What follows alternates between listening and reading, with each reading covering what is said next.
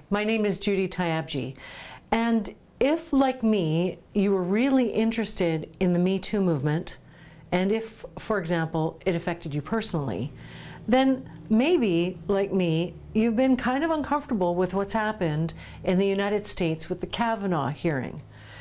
I am one of those people who I believe Professor Ford. I believe that she believes that when Kavanaugh was 17 years old and drunk, that he did something very inappropriate at a party. I think what she said was, her belief was, if he hadn't been drunk, then he would have tried to rape her. That's a pretty bad situation. And so a lot of noise happened after that, in many respects.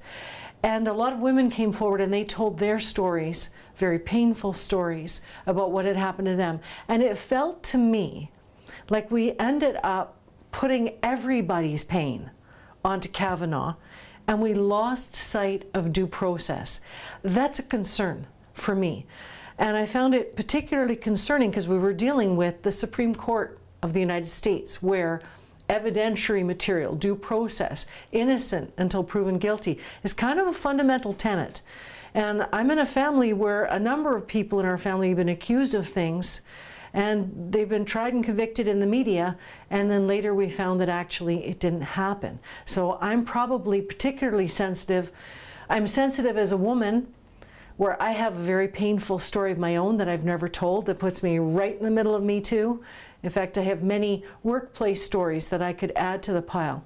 So I had to think to myself, if I believe Professor Ford, and yet I want to give a presumption of innocence to Kavanaugh, where does that put me? And there's two things that come to mind. First of all, I thought to myself, let's put ourselves in the house where the party occurred, where Kavanaugh was allegedly very drunk, and something happened. And let's assume everything happened exactly as Professor Ford told us.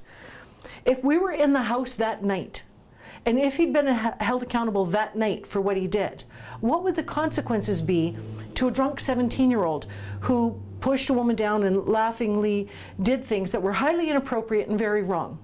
Well, I think we know it wouldn't be that he would have decades of punishment and possibly be eliminated from the Supreme Court. So the second thing that occurred to me from my own experience is men who are sexual predators, which is what someone is, who rapes women and molests them in the workplace, they become more prone to be a predator the more powerful they become. So from the time that Kavanaugh was 17, he wasn't very powerful. He was a drunk idiot, if it happened. But I believe that she believes it happened, so let's assume it happened.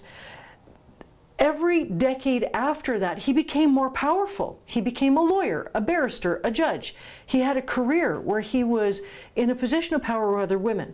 So I remember saying to my husband when the first allegation came out, if this is true, if this man is a predator, there will be a list of women, and they will be women who work with him. And this woman, Professor Ford, will have opened the door, as we saw with Jean Gomeshi, as we saw with Bill Cosby, as we see with actual sexual predators. And you know what? It didn't happen.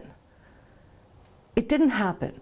So I'm very uncomfortable with any of us walking around believe that anything was actually proven in terms of Kavanaugh's character.